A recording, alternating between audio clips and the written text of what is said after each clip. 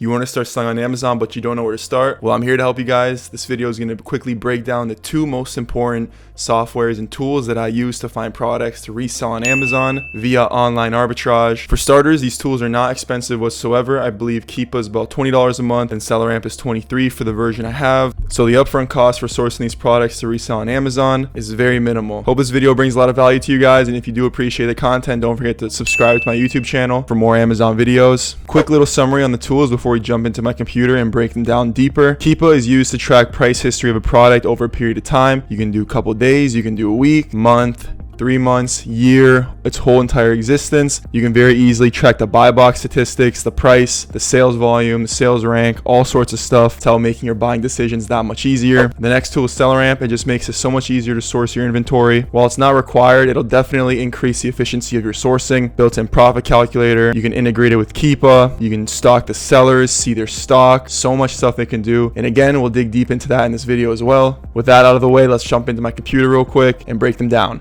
All right, so diving straight into it. Random product on Amazon. So we got the Nike Skinny Dry Fit Bands. Here's SellerAmp right here. And then down here is Keepa. So let's go ahead and start with Keepa first. This is how I like to keep mine laid out. I keep Amazon on, new asks, the sales rank, new third-party FBA, and then for the most important one is the buy box. That's just this pink line that goes like that. It pretty much just signifies the price that the item is actually selling at, because I don't know what the exact statistic is, but I believe it's like 90-something% of all sales are in the buy box. So that is the most important part, statistic when it comes to on Amazon about actually selling your stuff. Down here we have the sales rank, and essentially the sales rank pretty much just is based off of the amount of sales it's doing. So the lower the sales rank is, the more it's selling. So over here is a much slower mover back then. And also down here you can see the dates, but yeah, so back in June it was a much slower seller, and recently it's picked up. So what is this? It's like a sweatband. So a lot of these are seasonal. I wouldn't necessarily say this is seasonal, but you get the point. This is just a way you can easily track the sales velocity essentially. So 20,000 in sports and outdoor, so that's very low rank. It's definitely moving. And using Keepa, we can see that it's beginning to become more popular now. So we can assume that we can sell more units than we could have back in June. Now using the top one right here, breaking down the price chart, we can go ahead and break it down for the day. So we can see today it's consistently been selling at $19.99, $18.51. We can go back a week, and as we can see here, it's also been selling around the same price. We can also do the month. This product looks extremely consistent. Again, we're looking at the pink line because this is the buy box price.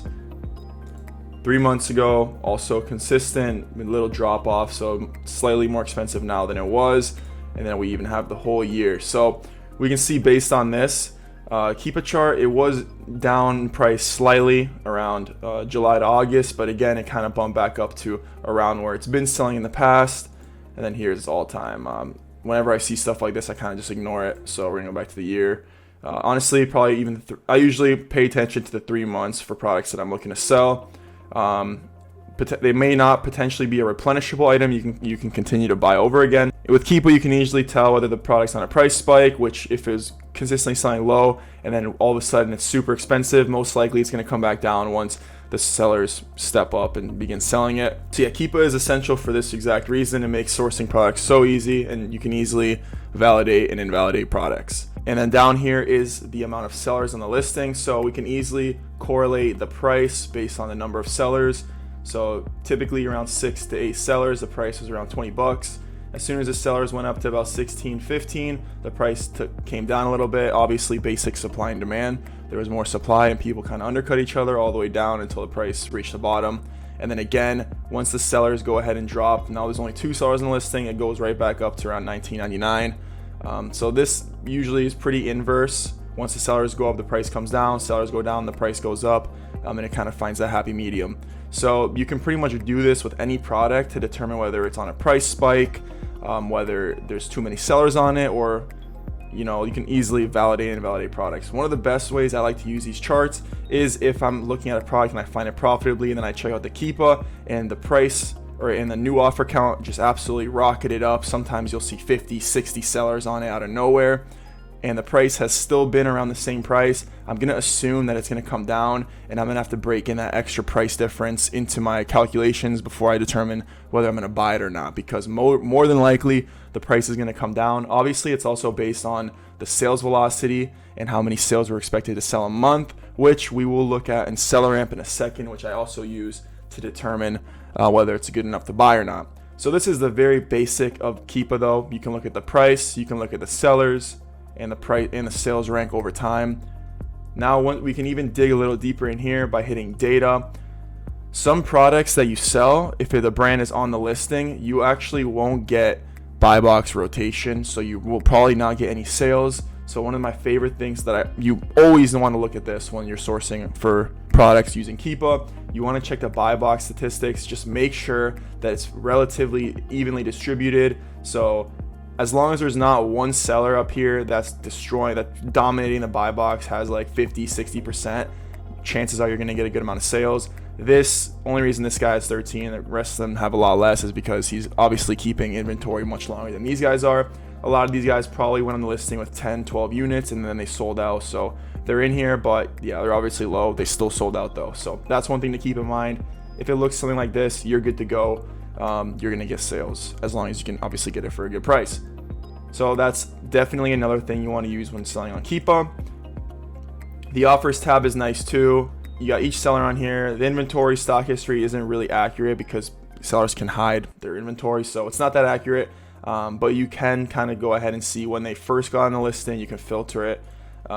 So this guy right here has been on the listing for over a year, and then the rest of these guys a little bit less. So he's probably getting this for wholesale somewhere if he's been on here for so long, or he's really, really good at sourcing. This is a more complex strategy. I'm not really going to talk about this right now. That's for a later video. But this is another piece of Keepa you can use. And then obviously product details right here, just a little bit more in depth. Lowest FBA sellers, you can go through this. I never really look at this personally. The main things I use Keepa for is this to determine whether it's on a price spike and to see the average price. And then I use the buy box statistic every single time just to make sure I'm going to get rotation. And I usually don't even look at offers unless it's a product that I'm really, really digging deep into. But honestly, usually I don't look at it personally. And then variations we'd use for a listing that has variations. This one does too. So yeah, let me just dig into this real quick. The ratings tab right here to filter out which one's getting majority of the sales. So let's just say we're gonna use SellerAmp in a second to kind of bring these together, but let's just assume this product's selling 1,000 times a month. That's for the whole listing, so that's for both of these combined. 57% of the ratings are for the blue one, 37% are for the red ones. We can assume that 57% of the sales, so of 1,000 would be 570 sales are going to here a month, and then the 370 other sales are going to this one a month. So we can just use that to quickly assume more precisely how many times a month these are selling for. So that's Keepa, quick gist of it. Once I make live sourcing videos, you'll see more of my thought process behind it. But as of now, that's just the basics that I use. Next is SellerAmp right here. SellerAmp is such an amazing tool, makes sourcing so easy. Here's your built-in profit calculator right here. Here's your BSR, which is your best seller rank. That's the sales rank, so it's at 35K right now in sports and outdoors. Anything in the 1% selling relatively quick. And then right here, based on this, you get this number, which is 231 sales a month. So we can quickly pull up our calculator. This is just something I always do when selling variation listings.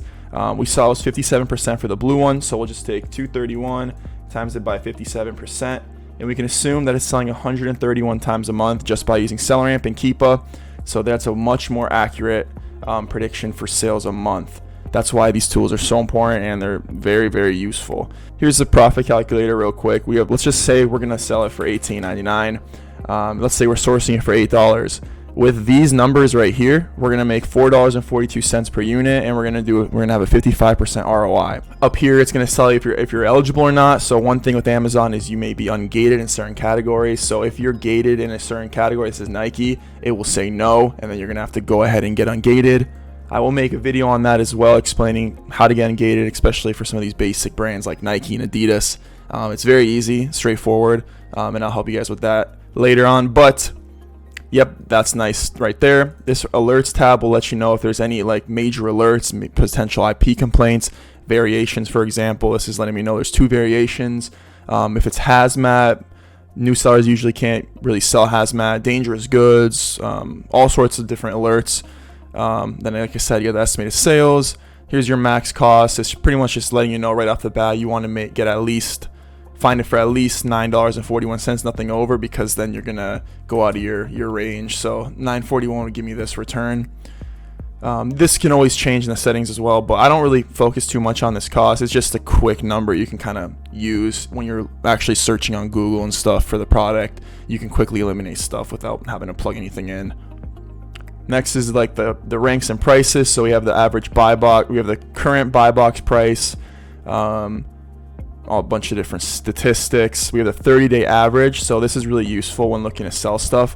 The average buy box price $18.71 in 30 days, and then 90 days $18.76. So all in all, it's pretty consistent between $18 and $19. So as long as we're sourcing for a good enough price, we can assume we're going to sell between there. Here's another estimated sales, which we've seen up here. A lot of these things are kind of repeat, just in different sections. Here are the different alerts that may potentially pop up if there's any issues, like hazmat, dangerous good, if Amazon's on the listing, if it's a private label product. Here's another profit calculator. Again, it's already at the top, so I don't really use it. But if you are selling something that's small and light, this is a very nice tool. Essentially what small and light is, if you're selling anything under a certain amount of weight, I'm not sure what the exact number is, and if it's under $10, you may qualify for small and light, which you can apply on Amazon. Anyone can do it. This part I do typically look at. This is the total number of sellers. It tells you if they're FBM or FBA. Again, I don't focus on these FBM guys, just the FBA ones. As we can see here, looks like there's 1, 2, 3, 4, 5, 6. I'd probably say 6 very competitive sellers, and these guys, you could bunch them in there, maybe 7 with this guy, and then we can go ahead and use that to determine how many units we want to buy. As we saw earlier, this blue one is most likely selling for about 132 times a month. So if there is 7 competitive sellers in a listing, we would be the 8th. So we can go ahead and take the total number of sales a month potentially for the blue one. Again, this isn't set in stone. This is just an estimate. And we're going to divide it by 8, 7 competitive sellers plus us.